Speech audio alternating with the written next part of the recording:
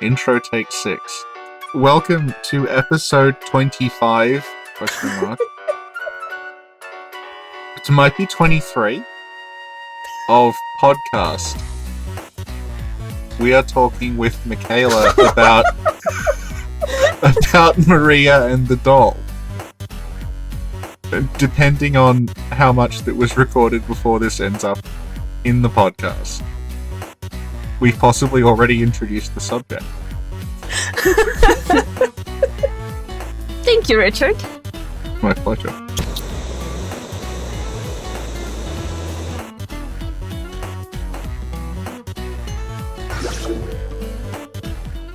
So, to refresh everyone's memory, Yep. Richie, could you please briefly tell me what the doll is? The doll is a doll who is in the hunter's dream. She is normally collapsed, but if you have one or more insight, she comes to life and talks to you. She levels you up, and she is apparently based on another doll, or a copy of an existing doll that is in the workshop that the hunter's dream is a copy of. The doll has some kind of sentience. If you get a hair clip from the workshop that the hunter's dream is based on and give it to the doll, she talks as though she's remembering something something to do with that hair clip, and she cries, but she never kind of realizes exactly what it is. And then in the DLC, it was revealed that she is based on German's apprentice, who was called Lady Maria, and she is someone who is distantly related to Annalise. And that sort of ties into the way that the way the doll dresses and behaves is quite similar to the way that Canehurst people dress and behave and look. She's very tall, she's very pale. The clothing she's wearing is quite close to what it looks like a civilian version of what the Canehurst Knights wear. And it never really gets super specific, but it's implied that Maria and the doll somehow linked, that the doll was built as a kind of replacement for or tribute to Maria, and if you defeat Maria in the Hunter's Nightmare and she passes on and you talk to the doll talks about feeling like she's been liberated from something that was holding her down. And that's really all we know about Maria and the doll. Or do we? Dun dun dun. Okay. So Michela, let me ask you, who do you think built the doll? That's a really good question because the answer to that is unclear. It could have been Gehrman because her set states that she was made with care and a certain love. And Gehrman clearly had that, although it was a very unhealthy love that was called mania. So it could have been Gehrman, or Gehrman could have commissioned somebody else, like a master doll maker, to make the doll in Maria's image. Oh, that's interesting. I didn't think about the master doll maker. I'm thinking this is spoopy Victorian times, so of course there would have been a master doll maker. You guys, who was the master doll maker? Me. No, this is real lore, Richie. Take notes, bro. So, why did he build Maria? Or why did Gehrman have someone build Maria? Well, he did that because of the curious mania he had for her. I think that it would take some form of an obsessive love in order to make a strange doll based on the person that you loved. But I have a big theory on this. What is it? Well, he made the doll in Maria's physical image. She's very tall, same hair, same palette complexion, eye color, etc. However, I think that even though he knew Maria very well in that he taught her personally, he made her in the image that he had in his head of who Maria was and not who she really was. So throughout history, you get so many instances of people thinking that women are a certain way and women aren't able to express themselves or actually make it clear that they are, in fact, a different way. Mhm. But I think that it was definitely made in Gehrman's image of her. And that's why in the nightmare, when she acts in a sort of robotic way, in a caring way, it's only showing the caring side of Maria, and it doesn't show any other side. So I think in a way that Gehrman is disturbed by the fact that he created this thing that really isn't her, that is only a small caricature of who Maria was. Yeah. Mhm. So I'm guessing Gehrman and Maria didn't actually have a relationship. It was more of a one-sided stalkery thing. Her set says that she didn't fathom his curious mania. Mhm. So judging by the evidence in game, I do not think that they had a relationship. However, I Yeah. think that they must have had some tender good times when they were training, some good times together, but I don't think that that relationship was romantic whatsoever. Mm-hmm. Do you think Gehrman ever tried to, like, get into Maria's good graces by being like, hey, guess what? I made a giant doll of you. That's how much I like you. That's why she threw the Rakuyo in the well. Yeah. She's like, I'm done. Screw this. Can't stomach any of this. Okay, bye. No, I think that he made the doll of her posthumously. What Yeah. does that mean? You guys are using fancy words right After now. she passed away. Okay, thank you. Because it's in the workshop and there's the grave, like, in the workshop and in the dream. That's implied. Do you think it's Maria's grave? Because it's sort of odd. I think that the grave near the workshop is her grave. And Yeah, it even yeah. has flowers on it. And I don't know, I don't have it in front of me, and what looks like an M between the flowers, so I feel like that should be her grave, even though it's never made clear in the game. Mm-hmm. And, you know, it says that Maria is distantly related to the queen. Yes. How distantly? That's a really good question, because that's another thing that's not clarified. I think that this is another theory I have, but I think that she was somewhat of even like a cousin, second cousin, or like niece, nephew, but something a little bit removed. And I did a lot of research on old castles and old grand households and how they worked. And the members of nobility, a lot of the time, the big branches of nobility also lived in the castle or lived close enough to the castle that they came to visit often. So I think that either she had an upbringing there or visited there during the summers, something like that.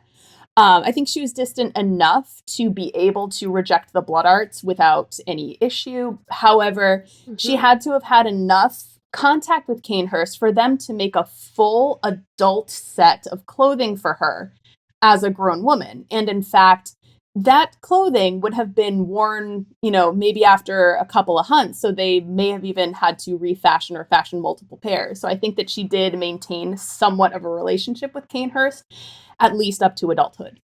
Mm-hmm. And the Rakuyo is like, it's not from Canehurst, but it says it's from the same place that Canehurst got their Chikage from. Yes. Wherever that is, yeah. Mm-hmm. Unknown foreign land. Yeah. Yeah. And why didn't she like to use the blood arts? That's something that's also never made clear. She just, oh my goodness, I can look up the exact wording, but she rejected the blood arts. It says like she frowned upon blood blades. I think. Yes. Yeah. Yeah, Richard got it. Mm-hmm. Mm-hmm. But why? She's like, ew, gross. Even though, honestly, as a woman, you're never like, ew, gross blood, because blood is such a normal thing. Yeah. Yeah, it said Lady Maria was fond of this aspect of the Rakuyo, as she frowned upon blood blades, despite being a distant relative of the queen. Mm. Do you think she was born in Kinehurst and then moved later in life? Possibly. I think that either she was raised there, because so much of her identity pertains to Canehurst. A lot of people think that because she frowned upon blood blades, that she just completely rejected Canehurst, which I kind of disagree with, because in her name, Lady Maria, for instance, Lady, especially when you study old Victorian times and earlier, Lady was a title. Lady wasn't something that you Mhm. just called somebody. It meant that you were in the noble class. And I think that her being called Lady Maria and everyone knowing as Lady Maria was just her saying, this is my identity, this is who I am, and don't you forget it. Yeah, she's like, I'm related to the queen. Don't you forget that. Mm-hmm. Okay, this is really cool. And so, how did she become a hunter exactly? I'm thinking of all the fan comics and stuff in my head. I'm like, Yeah, no, that's yeah. not canon. That's not canon. Because it's possible that she was some sort of a hunter or whatever in Kinehurst. Yeah, there's this weird Canehurst Bergenworth Yarnum connection that seems like weirdly out of sequence. Because the way it seems to be structured as we understand it is that Bergenworth and Canehurst don't have anything to do with each other, and then the Healing Church are the ones that go to, or at least Lawrence prior to founding the Healing Church goes to Canehurst. But then you have Maria presumably being at the Fishing Hamlet massacre because that's where she throws the Rakuyo away, and presumably she's the one that leaves the lumen flower on the grave above Cause as like a sort of penance thing. So Mhm. yeah, but like it does say she was a distant relative, so it's possible that she was just sort of wandering Yarnum or something, and then because the hunters themselves, it's never really pinned down what they are. If it's just like, are they a group of mercenaries, or is it just like Gurman trains people, or are they like Ronin? It doesn't specify. Yeah, it's really strange. The connection is loose, but Gehrman often refers to Willem as Master Willem, so I feel that they Yeah, might have been another branch of Bergenworth. Like they were yeah, part of Bergenworth, they branched off and Mhm. just became more of the strong arm of Bergenworth. yeah. The thing that like we had been going off of, because it just doesn't say, is like, was it that when Bergenworth started going into the Chalice dungeons, they needed people to protect them? So they kind of Mhm. hired or like employed the hunters on that basis, like on contract or something, and they worked together because of that. Because the Bergenworth people were all scholars, and the Chalice dungeons are obviously full of like werewolves and monsters and things. True. And Yeah, Thumerians who are still there, and yeah, they aggro when they see you, but otherwise they're just droning on and continuing to mine the old labyrinth. yeah. So they're just minding their own business. Basically, and then you come and mess their shit up. How dare you?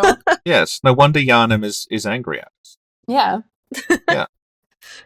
So Maria had her young life, whatever it was, and then she joined the hunters. And so now I wonder. Well, we don't know how old Maria is though, because if No, she's a not at relative all. of Annalise, she could be like 400. Like we don't, because she's like she Yeah, could be I mean, immortal. okay, Yeah. yeah. No, what I'm trying to say is that, like, she had her life before the hunters, right? Yeah. Whatever it was. Yeah. And then she joins the hunters. And then she goes with the hunters and they massacre the fishing hamlet. It looks like it, yeah. Something like that. And I'm just wondering, at what point does the whole Kinhurst raid happens? That has to happen afterwards because it's the church that attack Canis, and the church don't exist until after the Hamlet. And I think that because there are church hunters, I think that at one time the church was either okay or correlating with Canehurst just fine on some sort of a neutral way, but they had to have accepted Maria as a Canehurst descendant, working for their research hall as a caretaker. So they had to have at least been on an okay basis with them. Mm-hmm. Okay. Well, okay, let's back up a little bit. Let's talk about Maria and the fishing hamlet. Okay. Cool. This is going to be like Maria exposed. What my! I like this episode already. So, what happened in the fishing hamlet?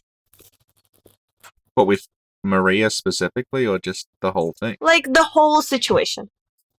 Well, as much as we can make sense of it, what happens is that at some point after Bergenworth was screwing around in the Chalice dungeons, they realized that like they needed to actually find start looking at the Great Ones themselves, because they were finding left behind bits of the Great Ones. They were finding these like slugs and statues and things, but no actual Great Ones. So they were like, okay, we have to find an actual Great One.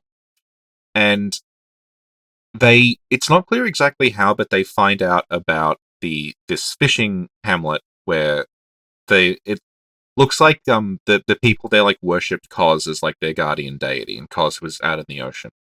Mhm. And then what Willem is specifically interested in is like the physiology of the Great Ones. He's interested in like what makes them different to us and what makes the kin of the Great Ones different to humans.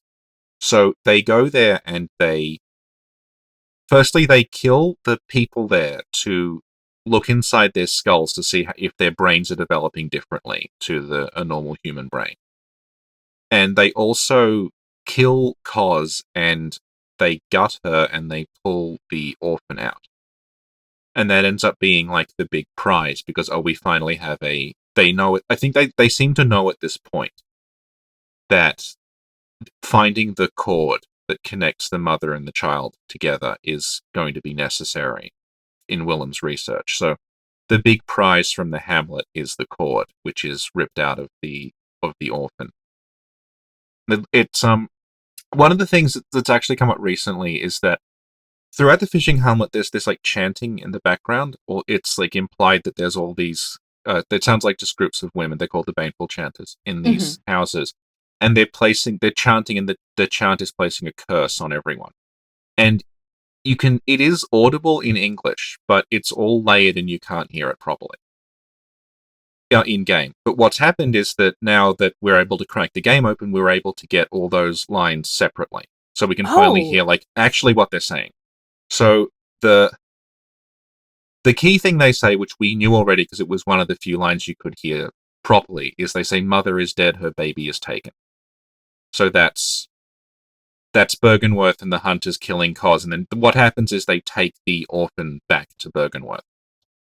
Mm-hmm. And it's, again, like it's not stated, but it's like implied. It's basically just said through like association that the cord that ascends Rom and the cord that Impostia Sefka has, that's from the Orphan of Kos. Now, do you think they took the orphan or just the cord and left the orphan? I get the sense that they desecrated Kos's corpse, maybe took some of the parasites and all that, took the cord, but left the orphan. But I mean, there's not a lot of evidence of that, but I feel like him being left behind is what, and him answering all the chants is what causes the nightmare to begin with. Well, it's like, I'm pretty sure they take the orphan, but the orphan, because it's like children of Great Ones always die. So they take the orphan, and the orphan's like basically dead as they take, and they dissect it at Bergenworth and remove the cord. That's the impression I get. I don't really know. True, and then that does tie in with their chance saying, the child taken.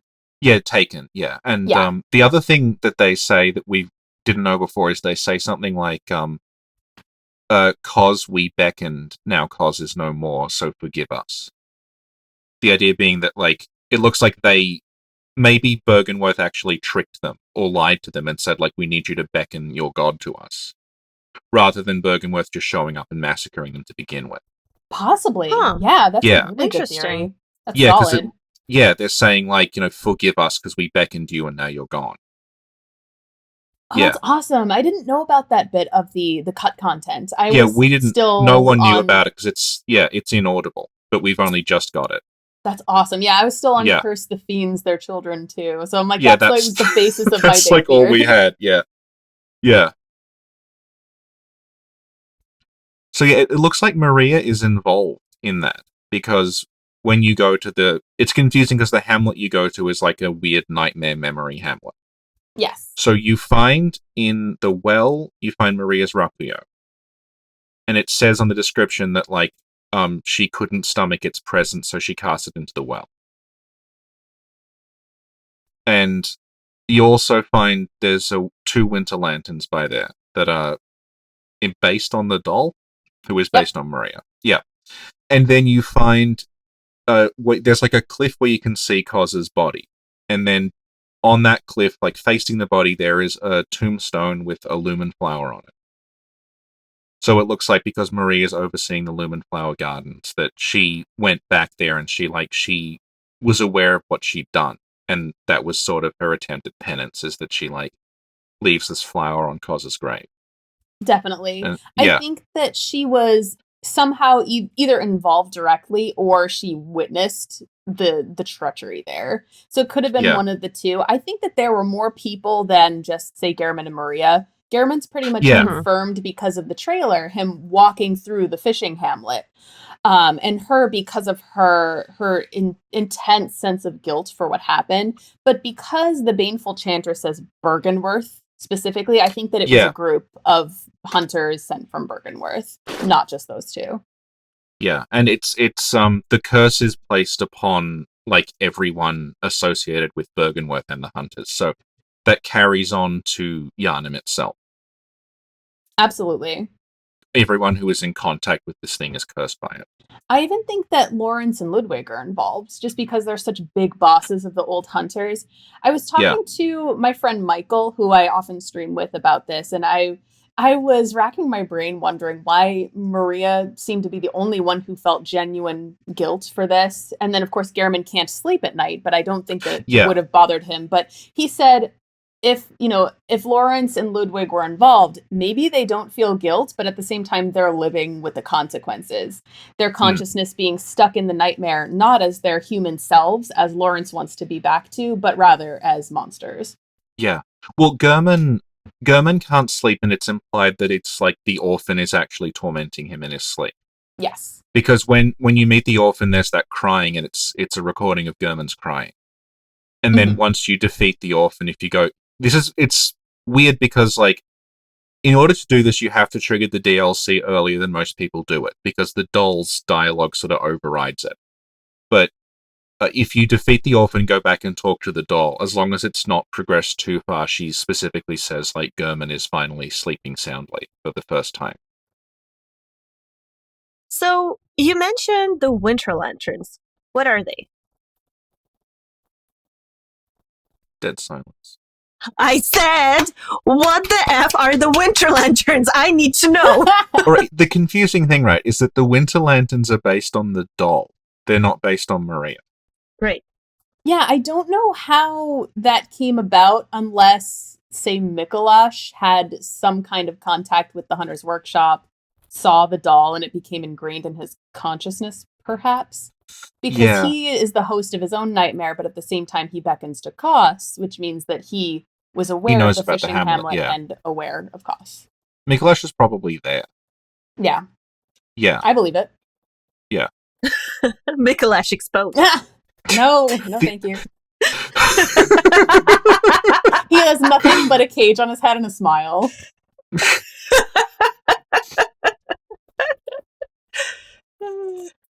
A crazy one. Do you think Mikolash's boss fight would have been more effective in transmitting his personality if it was literally just him in the cage in the nude running around and you'd be like, what the F? I would have never finished the game, first of all. I would have been like, you have your dream and your nightmare, I'm out, bye. They kind of do that with Logan in Dark Souls.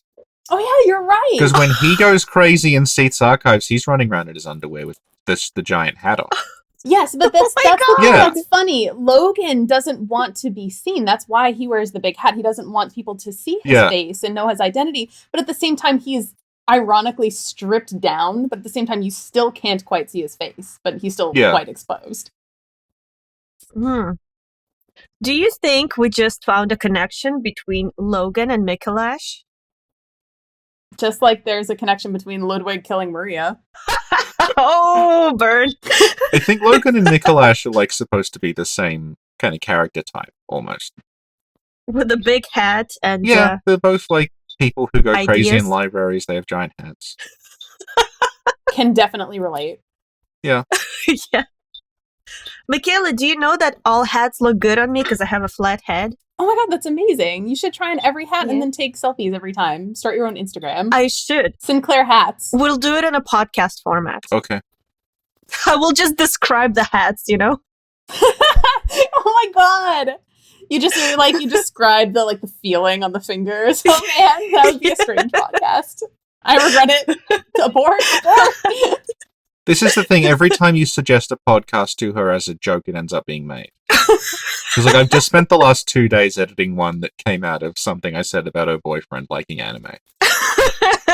See, well, that means that Sinclair has the follow through. That someone has an idea and she follows through with it. I'm going to put that on my CV because after doing a podcast with Rich, I'm like, I definitely have to take attention to detail off because I had no idea what was going on in the lore. But I can replace that with follow through. There we go. Yeah, you do have the follow through. And, respect to people's time. Yeah. That's another good one. I died laughing at that one. I was like, what is this? Oh my god! Michela, you just reminded me that's an actual podcast. There's more to it. Oh my god! I can't wait. Oh my god! So I should post that. You should. It's one of those that Richie was like, please don't post it. Please make sure it never sees the light of day. Oh my god, I can't wait for it to see the light of day.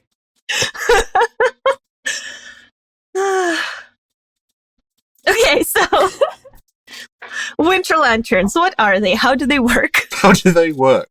That's a very They good work off question. imagination, okay? Yeah.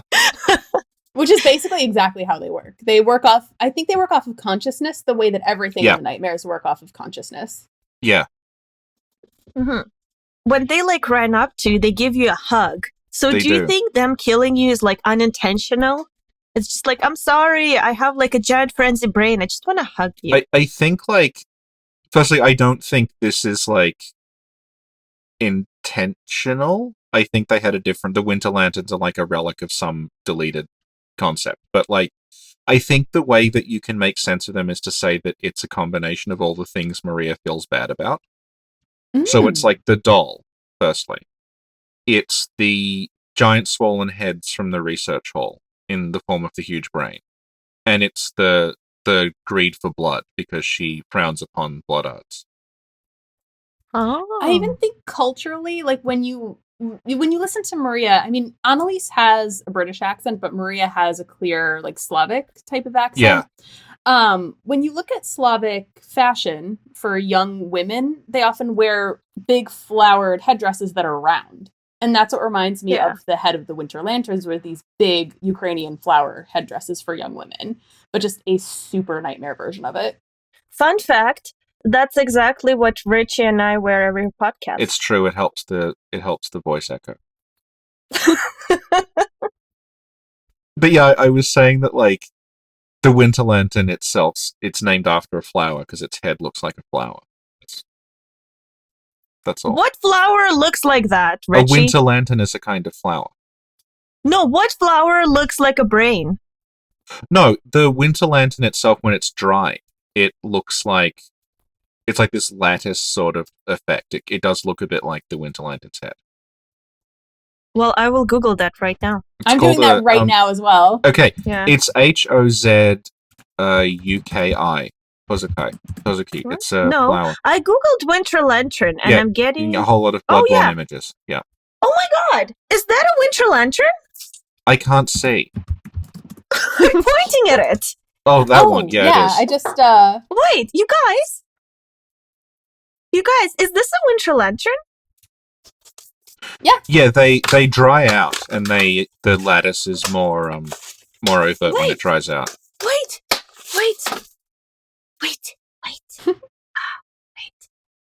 Yeah. Oh, that's not what I have. Because I have a thing in my hand. Because my boyfriend's mom, she lives in the woods and she has a garden. Yeah. And she gives us berries and stuff. And I have one that looks like it. But I don't think it's the one. Inside there's a berry and I eat them. Yeah, the Winter Lantern, the flower that we're talking about, that does have a little berry inside it as well. So it's is it orange it's orange, this yellow? red kind of center with this lattice growing around it. So it does look like there's a head with a giant brain around it. But the important thing is, I think I have a bunch of Canadian Winter Lanterns that I'm eating right now. That is so relevant. It's very relevant. I got chills. Yeah.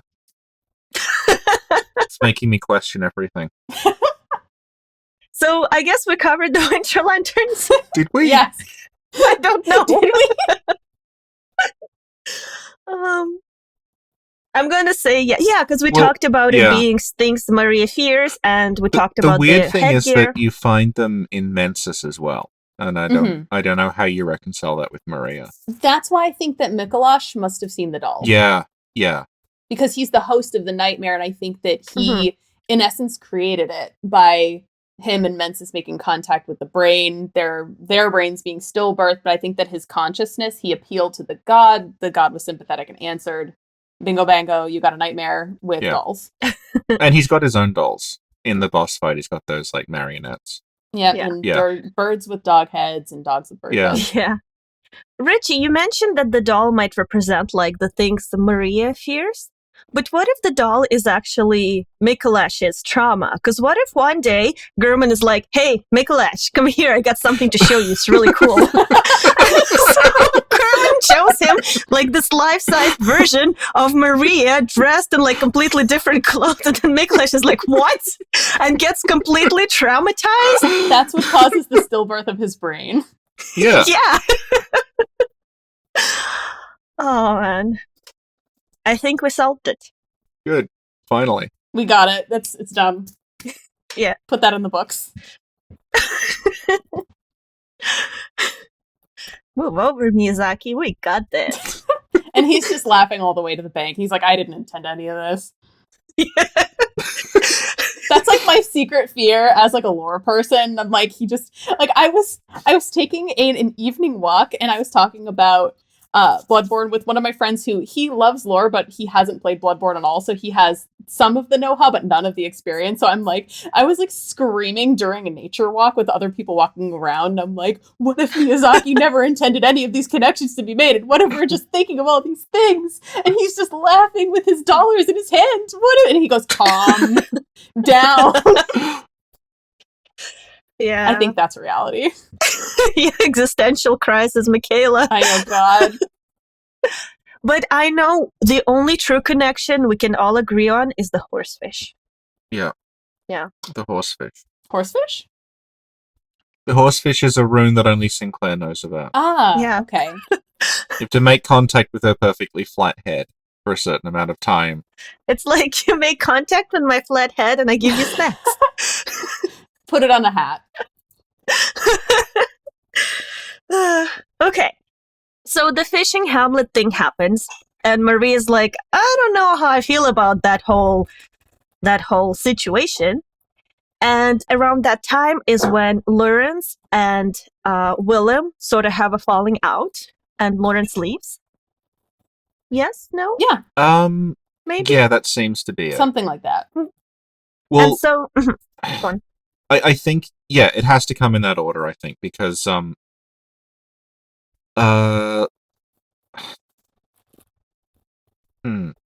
my god, Rich, you're being such a noob right now. No, hang on, I had it for a second. It's almost midnight. Oh no! Rich's carriage is gonna turn into a pumpkin. Cool. Pumpkins. Just in time for Halloween. Yay! I actually have on my desk, like, a Chinese food container full of tiny plastic pumpkins. That's awesome. Delete your account.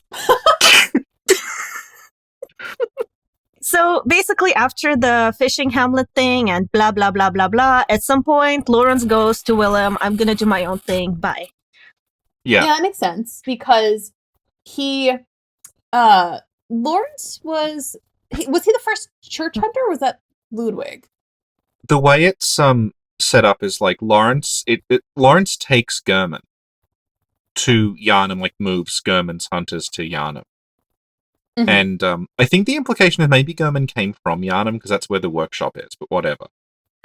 And the German's hunters keep the beasts under control initially, but then when Lawrence and other clerics start transforming, they turn into different kinds of beasts. Yeah. And the like beast plague gets worse. So the German hunters are replaced by Ludwig's hunters, who are more militaristic, and they're more like they're designed to deal with big beasts. So they use Ludwig's Holy Blade is this like massive sword, as opposed to like the Sword Cleaver, because it's designed to deal with things like a cleric beast. That's even in the description of the Holy Blade. Yeah. And so at what point does Lawrence go to Maria like, hey, Bergenworth is like old news, come with us to the healing church? I think she makes that decision on her own. Yeah. Because I think after what happened in the fishing hamlet, she saw the reality and the grotesque treachery of what it could potentially be like to be a hunter. It's not for maybe the noble reasons why she joined in the first place to eradicate beasts. She realized, oh, we're killing people here. Even if they're fish people, they're people. So I think that's when she was like, maybe I can contribute to some kind of good cause.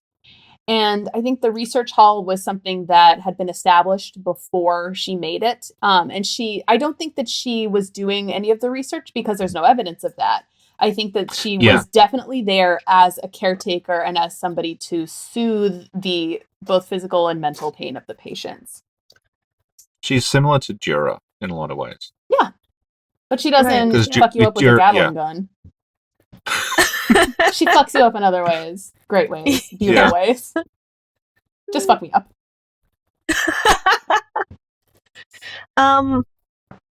So, do you think that in her job as like a research hall, I guess, oh no, wait. Okay, this is going to be good. In her job as a research assistant. Oh. Yep. That's because that's also my job. Ooh. Yeah. So, do you think her pay and benefits were better than when she was a hunter? I think that she already had great pay and benefits as a noble of Canehurst, so it doesn't even matter. Okay. Yeah. So maybe this was like her volunteer work. I think it was. I think she did it because she felt so horrible, and she had enough kindness in her heart to go and turn a new leaf and do some good with her life, what was left with it. But I don't think that she lasted too long because she did pass away. I still think that it was suicide too, because of just everything eating away at her. So she's working in the research hall or volunteering there, and then at some point, the healing church and the executioners raid Kindhurst. I don't know if she was alive at the time. Okay. She could have been, but it doesn't necessarily have to be so. Okay, so like there's no clear timeline in terms of whether it happened while she was alive? Well, it's like there's no clear timeline, but I think if you like squint at it, the thing they're going for is like, it's weird because I think what they're going for is the church attack on Canehurst happened like within living memory. It happened within like 10 or 20 years ago. But it's also described as though it was this like really, really long time ago. And I think the confusing part is the way that they bring the executioners into it. Yeah. Because the executioners, like the way they're like from a faraway land and they're led by a Thumerian, presumably, guy. So it's like, that makes it seem like it was a really long time ago. But if you just like, this is what I've been doing because I can't make sense of it otherwise. If you just like replace executioners with like church military, then the whole thing makes significantly more sense. Yeah, that's what I think. I'm still on the boat of these are hired executioners by the church. Yeah, because Annalise says like, I'm the sworn enemy of the church. Yes. But she doesn't give you a reason. But like what I think they're getting at is that Lawrence is the when they say Scholar of Bergenworth brought old blood to Canehurst. I think they mean that Lawrence, because he was a Scholar of Bergenworth, brought blood to Canehurst that let Annalise conceive a child, and then Lawrence and the church attack Canehurst and steal the child from him. Yeah, that's the source of the cord in the workshop. Yeah. Yeah, before they patched it out. And it's like this completely like this is the thing we've talked about stuff being deleted where like, okay, that was technically removed, but it wasn't really removed because it connected to a dozen other things. And those connections are still there. There's just this like absence at the center of it. And it was in the game for a bit, as far as I'm aware. It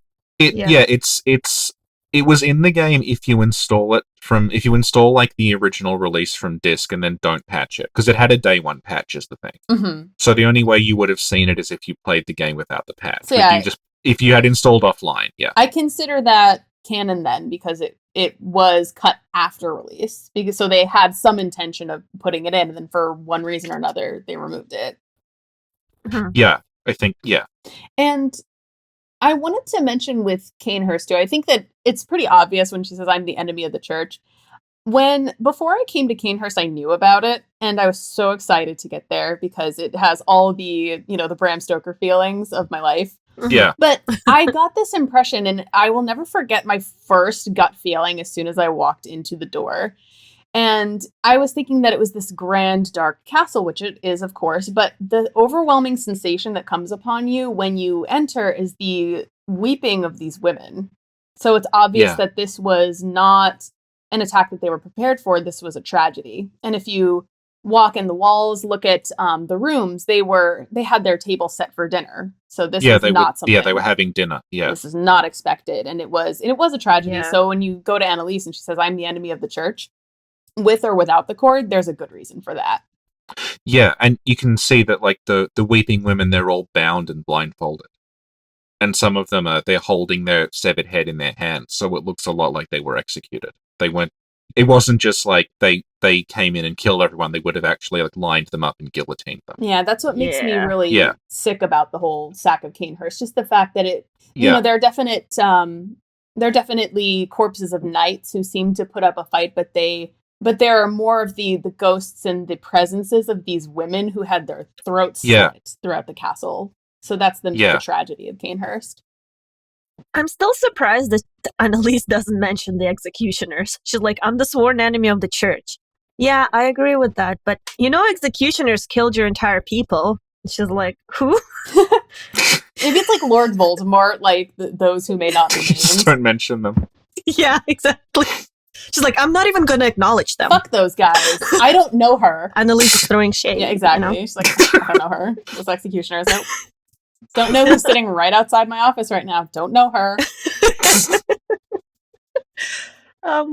Okay, so let me ask you. So, at some point, Lawrence realized that if you give, somebody from Kindhurst, like aka Queen Annalise, some like corrupted blood or something, she's gonna bear a child. Yeah. So do you think he ever had an awkward conversation with Maria being like, hey, so you're from Kindhurst. I need a favor? She would punch him in the mouth. Yeah. That's one of the more confusing things about Maria, that like they add her and then she raises a bunch of weird, awkward questions, and that's kind of one of them. But like, okay, you spent ages looking for Fumarian women, but you kind of had one like in the office the whole time. He was scared. Yeah. Maybe there was sort of an intimidation there. There's no clear explanation for that, and that could be just something that Miyazaki didn't think about, but I just think he was scared. Well, yeah, I think like what we sort of settled on is that it seems a lot like when that was conceptualized, Gurman's apprentice and the woman the doll was based on were two different characters. And then Maria is an attempt to sort of dovetail those two loose ends into something by saying the doll is based on the woman who was Gurman's apprentice. Mm-hmm. Yeah. It's like the author's process. Yeah, because it's like, yeah, she raises a lot of weird, awkward questions, and she's not alluded to really until the DLC comes out. So yeah, in the DLC, she's absolutely everywhere. I feel like she's like the central point of that DLC. Hence why she's on the cover. Yeah.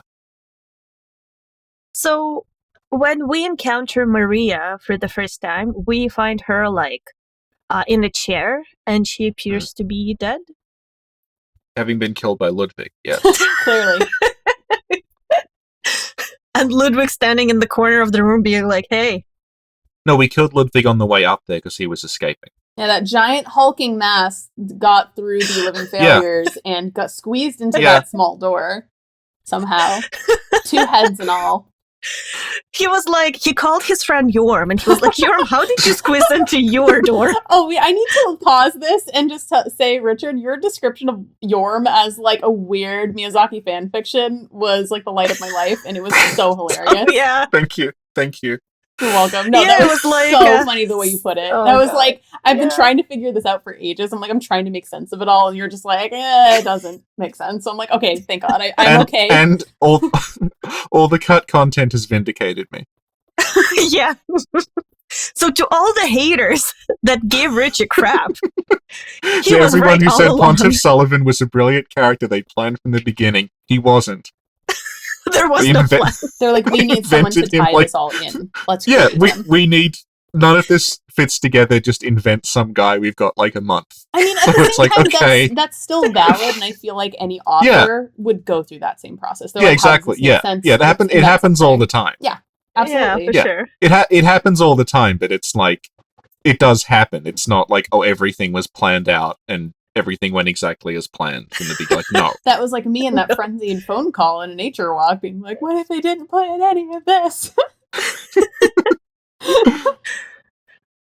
So we find her in a chair. Mhm. What happened to her?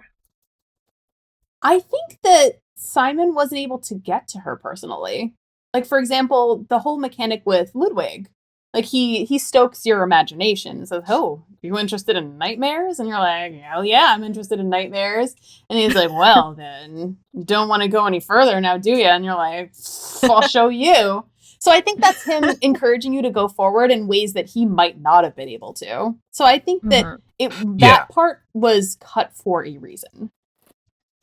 Yeah, he basically follows in your footsteps. Yeah, exactly. So he's like, well, why Yeah. don't you go up there and kill Maria? I can't friggin' do it. Like, you see these big heads over Yeah, here? Yeah. So I think that that's kind of what, after cutting, that's kind of like, okay. And then I think that they had it to add to the mystery, especially that the blood dripping from her was fresh. And in fact, during the battle, she Yeah. has a seppuku scene. So I really think that that's kind of a mirror Yeah. of how she actually might have committed suicide. Yeah. But that's my thing. And there's the photograph next to Yeah, her. the smashed photograph, the glass of Yeah. wine or blood or whatever it is, like, it means Yeah. that she succumbed to some sort of weakness inside of her. It's all metaphorical of that. And I take the cut content and I see it and I acknowledge it, but at the same time I'm like, that ignores everything else that's iconic about this scene. Yeah, it works better without it. Absolutely. Yeah. So do you think she committed suicide and then got buried at the workshop, and then she's in the nightmare in the hall? Yes. Like on the place that she died. 100%. Because that happened with Mikolash. He seemed to have been dead and mummified during some kind of meditation or lecture, or something happened otherwise. Yeah. And with her, Yeah. I think that she probably committed suicide after just everything she had seen and possibly done. She couldn't handle it anymore. And, that happened, but because she was once a blood drunk hunter, she got sucked into the nightmare in her consciousness. Yeah. So it's unknown as to how, whether she's still doing her daily thing or whether she's stuck in that sort of half animated state, because they did take out her whole, Sister Frida-esque dialogue, which I'm kind of happy about, because it just, that takes all the oomph out of that scene. Yeah. Like, take this as your parting prize. I am just a doll again. Yeah. And also the way that it's all triggered, I think, would have been confusing if you just played the game. Yeah, they probably created it and they're like, no. Yeah. Yeah. In order for it to work, you would have had to leave and come back. You can force the area to reload. So it's kind of like Adeline, where it's confusing. Yeah, I think they wanted the DLC to be done in you could just do it from one end to the next in one sitting. Yeah, it's very linear. Yeah. Yeah, and I think that was a good decision on their end. Oh, yeah. No, I completely agree. That's the cut content I so agree with, because it added so much more mystery to the whole thing. Remember the first time you walk in and you're like, oh my god, that is the person on the cover. Yeah. Okay, let's see. And then you come closer and then you're like, are you dead? Are you okay? And then they grab your hand and you're like, wait, what? I just had a boss fight. This can't be a boss fight. Yeah, and with me, I'm just like, oh god, I'm in love. I'm really glad that they didn't have a whole dialogue where it would have been like, you talk to her for 15 hours and you're like, oh, you're Frida. Okay, thanks. Bye. Yeah, because Frida, I don't think, had the impact. Like Frida was just like annoying. Yeah, I'm just like, oh, Frida's this Yeah. nasty old crone who wants you to get the hell out of her painted world. Yeah. Like, get out of my lawn, kids! Yeah, get off my lawn! Like, okay. I'm just like, okay, sister. Like, I want to love you, Frida, but it just people like Yeah. Frida is better. I'm like, okay. The other difference is, like, with Maria, there's an obvious mystery, which is the huge astral clock that you know must lead somewhere. Yeah. Whereas with Frida, you just sort of go there And it's done. because there's an area. Yeah, it's just like, she's like, leave, and it's like you won't find anything here, and it's like, but there's nothing. Yeah, it's like, yeah, I am going to leave because I want to continue this DLC. It's just like a room full of paintings of yourself, Frida. Yeah.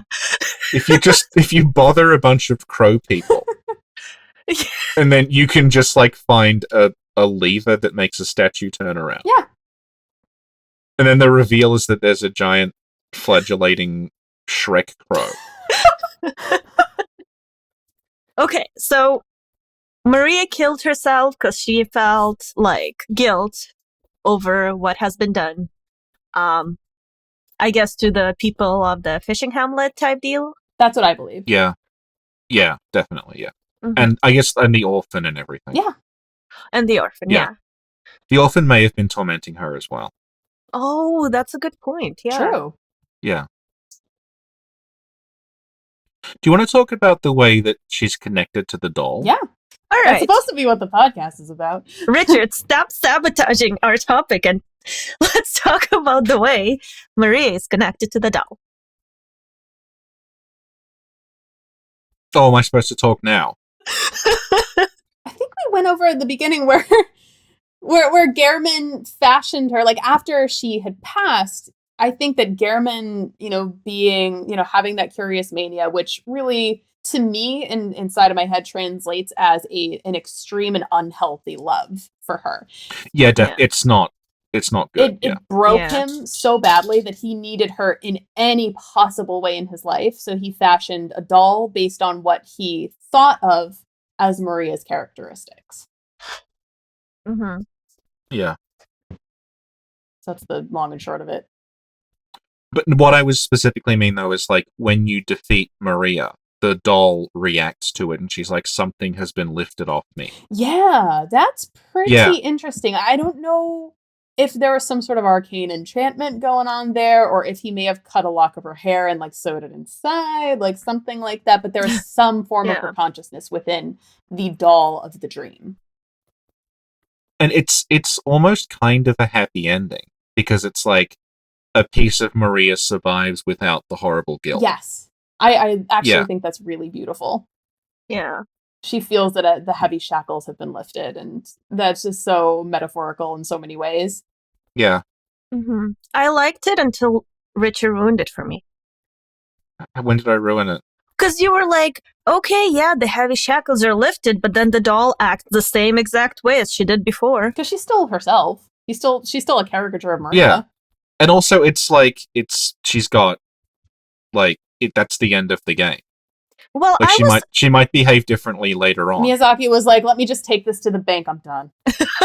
Well, now after you said that, Richie, like after you ruined my life again, I was Yeah. hoping like that, the doll would be like, oh, the shackles are lifted. I'm getting out of here. And she packs her bag. She's like, bye, Gurman, bye, MP, I'm out. And like goes on to do her own thing. Where would she go? It's an island floating in a void. She would just like use the mirror and go to the Mikolash castle because it's empty now. Oh god, no. So she, No, I would not leave the dream to go to the Mikolash castle. but it's okay. She'll redecorate, and the Murgo attendants will be happy to see her because they'll be like, They "Oh, probably would be, you're yeah. Sumerian, Yeah. cool, yeah, we serve you now." Exactly, and she's like, don't mess with me, because look at those winter lanterns out there. You know what they look like? They look like me. So then, like, the doll will have her own place, and it's gonna be cool. Do you know about the cut doll humming? Yes, it's a Bayou Yeah. Bayushki Bayou. Yeah. Is it? Oh snap! Didn't I was hoping that aren't we'd you the talk one that about told me that? That's brand new. Somebody discovered it after 3 years, and it's not cut content. It's in the game. Is Oh it? She hums my Bayou God. Bayushki Bayou. Yeah, Mhm. she hums It's a that. very somber version of it. Just a very somber version of it. It is. And it ties in with the Winter Lanterns. They hum. Yes. They try to hum it, but they fail. There's some monster Yeah. humming. No, but I think that's deliberate. Yeah. Yeah, somebody. Oh, I wish I could give them credit. So maybe let's find out who it is and give them credit. But they did a YouTube video of they found the doll humming. And you know how sometimes you'll go close to the doll when she's sleeping and it'll have that little black bar as if there's going to be dialogue, but there is none? That happened, but she Yeah. started humming Bayou Bayoushke Bayou. And we can explain what that is, being a lullaby, which is kind of a warning lullaby, as if to say, if you sleep on the edge of the bed, gray wolves will take you at night. But it's kind of like, Rockabye Baby, where it's kind of like a cautionary tale. But and a lot of people find it very comforting because it's a lullaby. So it's like she's in the stream humming lullabies in her sleep. Mm-hmm. So does it mean that the Thumerians are Slavs confirmed? Confirmed. Yes. It's weird, though, because Annalise is British. So maybe that just ties into the fact that Maria is, like, distantly related from another country. Yeah. There's a completely, there's an alternate take of Annalise's lines by Iveta Mradislava. So, oh, snap! They were, at some point they were toying with her having the same voice, but they didn't go with it. So I think I found the video. It's by Aurora Unity on YouTube. So I'm going to just copy and paste the link into the Discord chat. Thank you. You're awesome. welcome. And thank you, Aurora. Yeah, so just definitely wanted to give credit for where it's due. And she sings it a little bit playfully. Yeah. Which I think is super cute. Yeah. Do you think she sings it to the hunter when they become the squid? And she picks them up? Maybe. Or Gehrman while he sleeps. Maybe she sings it to the messengers.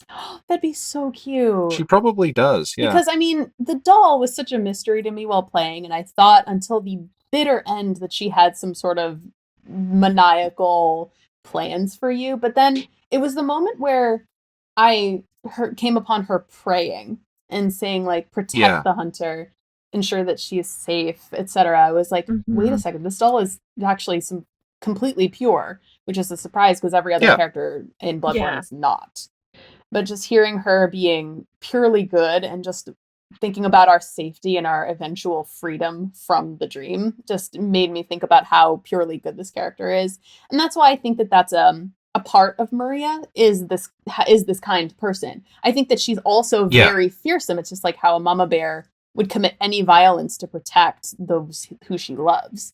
Just like how she was the same. She would fight to the death to protect the fishing hamlet, and in fact may have committed some atrocities there, but then felt absolutely horrific about it because she is, in essence, a good person, kind of, who did bad things. Mm-hmm. So let me ask you, one thing I always was curious about is, how did the doll come to life? How did she come to embody Maria? I have a theory with that. I think that in essence, Gehrman appealed to the umbilical cord to create the Hunter's Dream. I think that he did that in tandem with Lawrence and company, as said in the lecture hall note.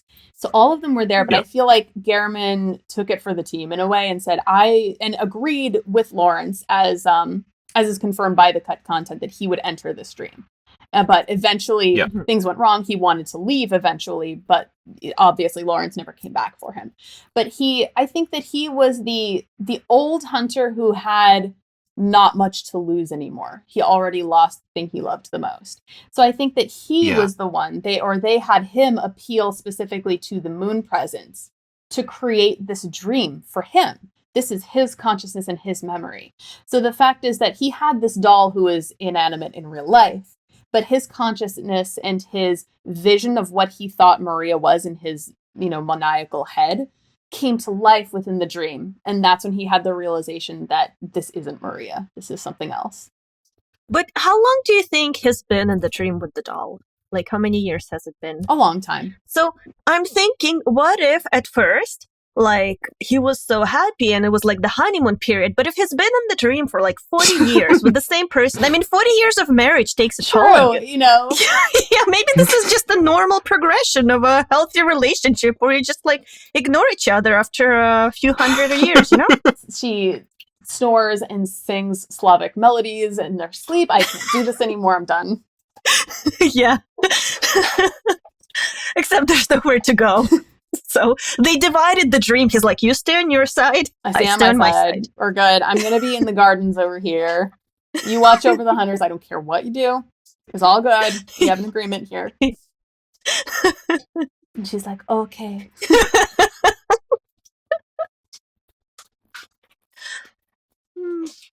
Oh, another interesting thing. You know how when you first encounter Gurman, and I think we all had that moment when he's like, oh yeah, you can use whatever you like, even the doll, should it please you. And you're like, Weirdly, that didn't sink into me until the second time I played it. I think the first time I was so freaked out by the initial cutscene that I didn't pay attention. But then the second time I was like, wait a second.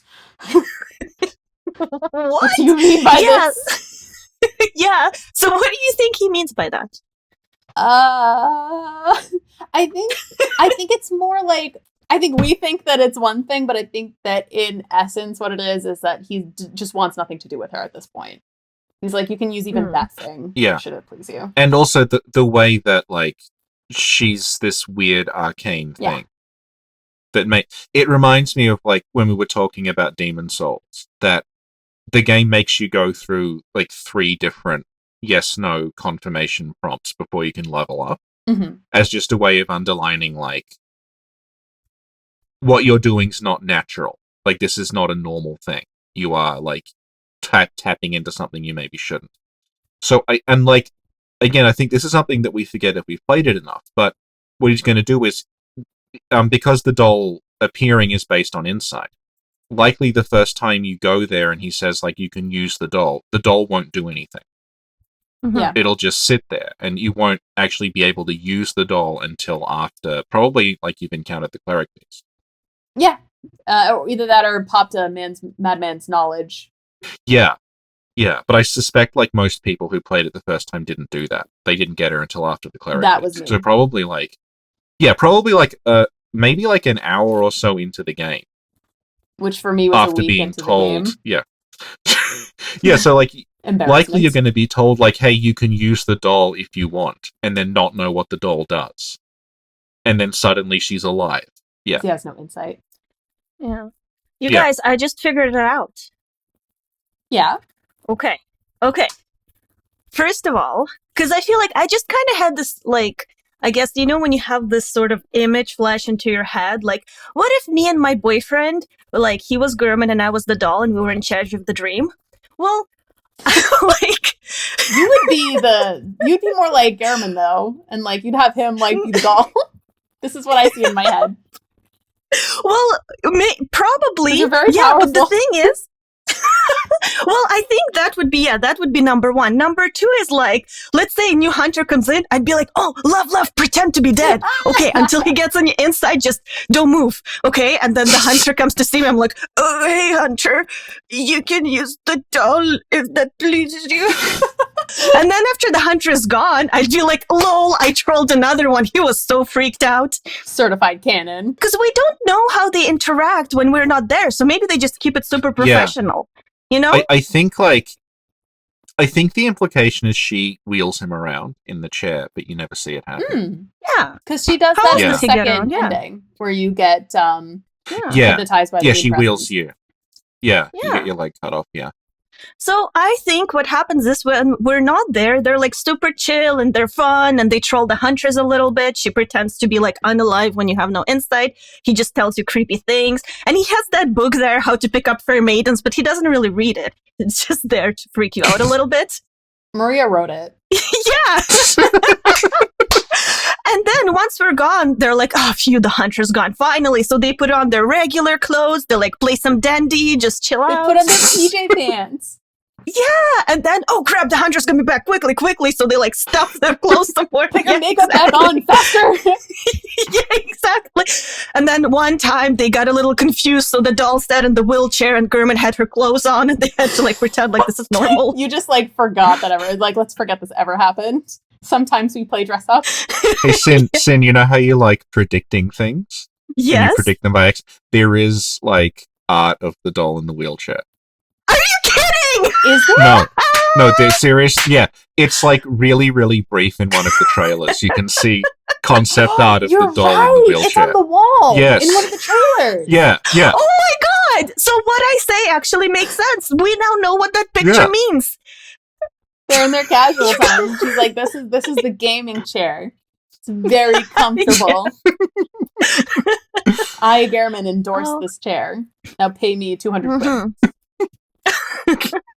Is that in the art book? Because I will whip that out so fast. I don't think it's not in the art book. Okay. Because I was like, I feel like I would Yeah, remember it's just in that one. Well, okay, in that trailer there's that, and then there's another image of this also isn't in the art book, but it's like a woman who looks like the doll, but she's dressed differently, and she's like standing in the hunter's dream, and we're not sure if like is it the doll in a different clothing, or is it like was this Maria 0.5 at some point, or we don't know. That's a good question. I wonder if Yeah. Lance is going to data mine it. Well, this is the thing, because like there's a lot of data mining that's been done, and there's zero Maria stuff. Yeah. Like, yes, like it's pretty clear they made her for the DLC, but there's like other weird doll shit that's been dug up. So it's like the doll was like one of the first things they ever talked about in like press kits and stuff. So the central image of like this weird, like it doesn't have to have been a workshop, it could just have been a cottage. This like strange cottage in a dream where a doll tends to you was like the first kind of thing they made. True. But she's gone through like half a dozen different identities. It's like their rough drafts. Mhm. Yeah. You guys, I'm gonna push this podcast even further. Ooh. Okay. Do we ever see the doll and Maria in the same place at the same time? If you dress up as her and you're like, hi, Maria. Yeah. So maybe. Well, I mean, you can see the doll and Maria's bone in the same place at the same True. time. No. We're talking about people, Richie. So what if Maria is just a doll, but she like dresses differently and then goes to the clock tower and it's all part of their like troll plan to mess you up? I feel like her movement's too fluid to be a doll. Yeah, and she can bleed. Yeah. Richie, why Yeah. are you gonna rain on my parade? Michela, do you see what I have to deal with? I'm presenting brilliant theories here. And Rich is just like shut down. Certified canon. We'll find in the cut content. Yeah. I'm waiting like to see if you like move past being a research assistant to being an actual researcher, and then you start having these arguments with other people. I can see that happening, and she will eventually own her own research hall, and it will be glorious. Yeah. Yeah. You'll show something and they'll be like, but all of this was like overturned decades ago. You're like, but stop testing me. Yeah. This is the truth now. It's my science. See what I have to deal with. Listen to me. These squids are humans. Yeah. So please stop bringing random squids into the lab. No. Can tear the squid from my cold dead hands. Here, Yeah. Corvo, have lunch. Did you know that Richie actually has squid pets?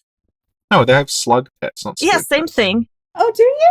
That's kind of cute. Yeah, I have my window open pretty much all the time, and slugs kept coming in through the window, and I didn't want to like put them out again because I thought you'll get eaten by a bird.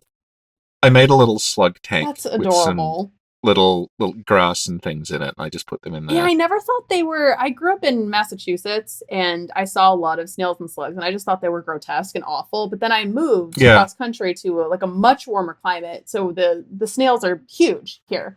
And I look at them, and I'm like, oh, they're kind of cute, aren't they? So little baby me was Yeah. like, kill them, and then adult me is like, aw, I take pity on you. Small thing. Fun fact, all of the slugs of the world are actually ascended humans. I can see that. I can't believe that there are that many ascended humans. That's why there's no intelligent life form left, because they all ascended into slugs. I wish. That would mean that there's so many intelligent people out there. That's true. We didn't have that many to begin with. God, I hope I become a slug one day.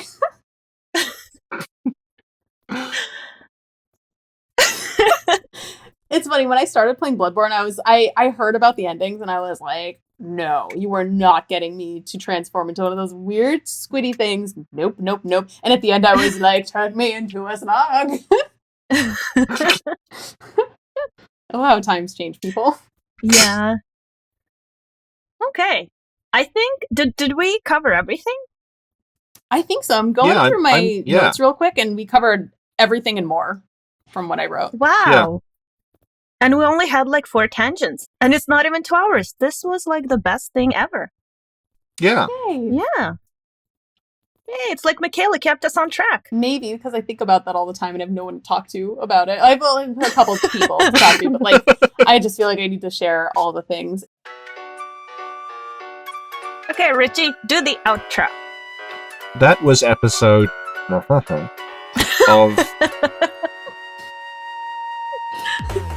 of the Snack Covenant. We talked about Maria and the doll with Michela. Yay, hi. Yay. So, Michela, where can people find you on social media? Which we will also link in the comments. Okay, so I have a bunch of URLs. None of them are consistent. So I'm gonna just plop them up for you guys. I'll put YouTube first because I'm trying very hard to grow my channel.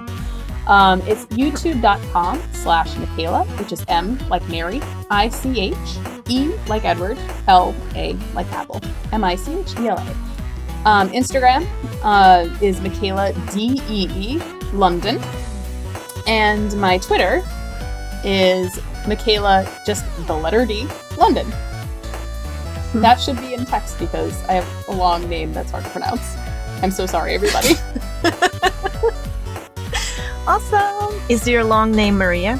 That's my short name. No, I wish. My sister is sort of named after Maria. It's Marissa. So it's like little... Marissa. Yeah, little Maria. Aww. Yeah. So that's Marissa, even though she's older than me.